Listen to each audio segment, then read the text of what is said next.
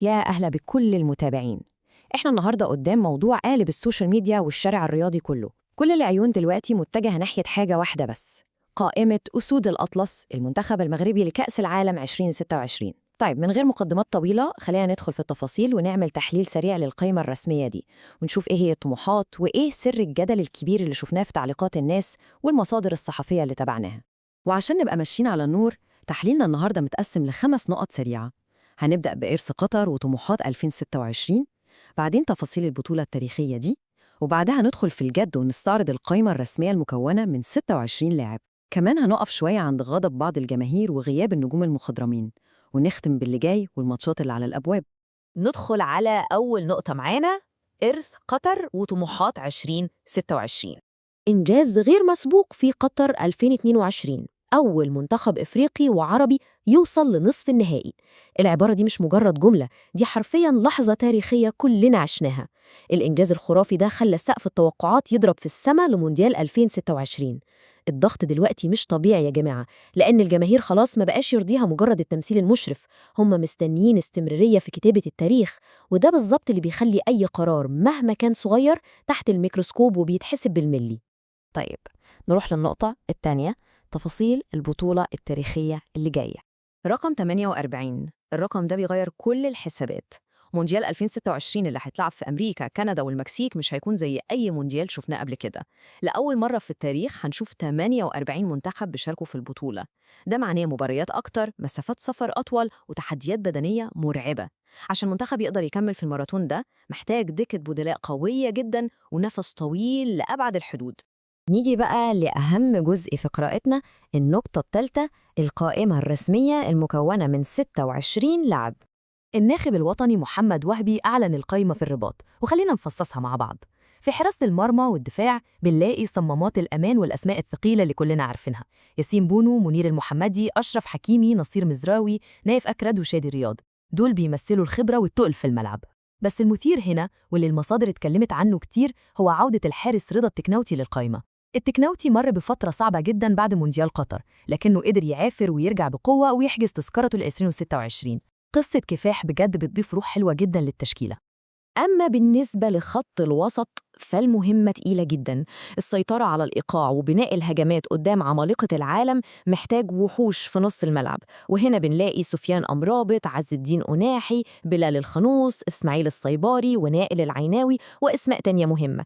اللعيبة دي هي الرئة اللي الفريق بيتنفس بيها، ومطلوب منهم يربطوا الخطوط كلها ببعض. خط وسط متماسك هو مفتاح السر في بطولة طويلة ومجمعة زي دي. وبما إننا اتكلمنا عن اللي بيبني، خلينا نتكلم عن اللي بيفنش، القوة الهجومية. عندنا هنا إبراهيم دياز، عبد الصمد الزلزولي، شمس الدين طالبي، ومعاهم أسماء كانت محور كلام كتير زي سفيان رحيمي وأيوب الكعبي. دايما الهجوم هو اللي بيخطف العين، ووجود أسماء زي رحيمي والكعبي كان نقطة محورية جدا في ردود أفعال الشارع الرياضي. الهجوم هو اللي بيترجم التعب ده كله لأهداف، والمدرب راهن على المجموعة دي عشان تصنع الفرق المنتظر.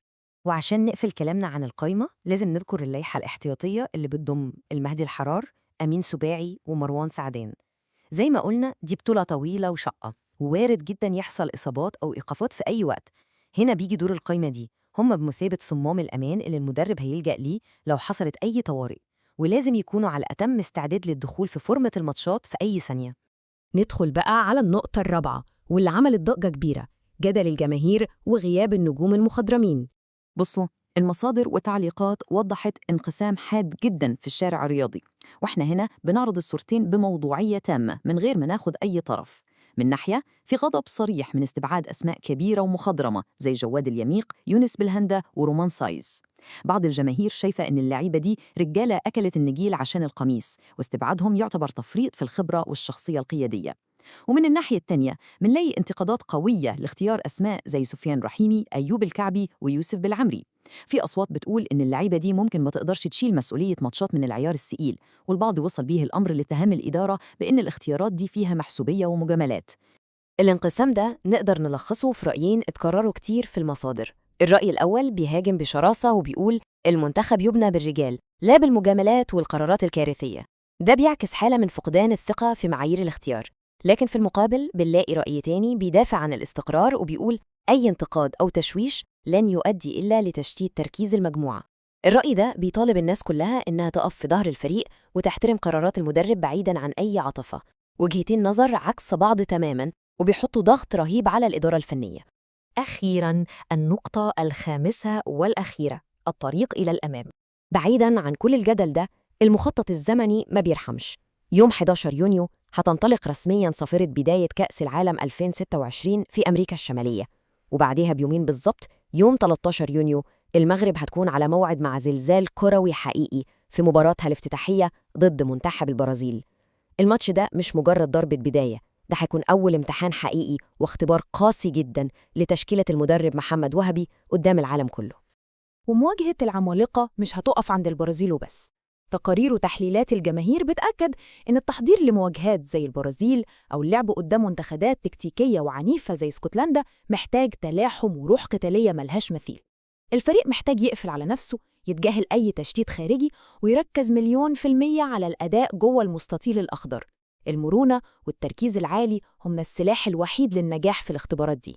وده بيوصلنا للسؤال اللي بيطرح نفسه واللي الكل مستني إجابته: هل هيكل التشكيلة الجديد ده هيقدر يصمد ويشيل الضغط المرعب بتاع كأس العالم؟ ولا غياب النجوم المخضرمين وأصحاب الخبرة هيكون ثمنه غالي جدا على أسود الأطلس؟ الإجابة الأكيدة هنعرفها كلنا مع بداية البطولة يوم 11 يونيو. شكرا إنكم كنتوا معانا في التحليل ده، ونتمنى نكون قدمنا قراءة واضحة لكل أبعاد الموضوع، ونشوفكم في تغطيات جاية قريبا.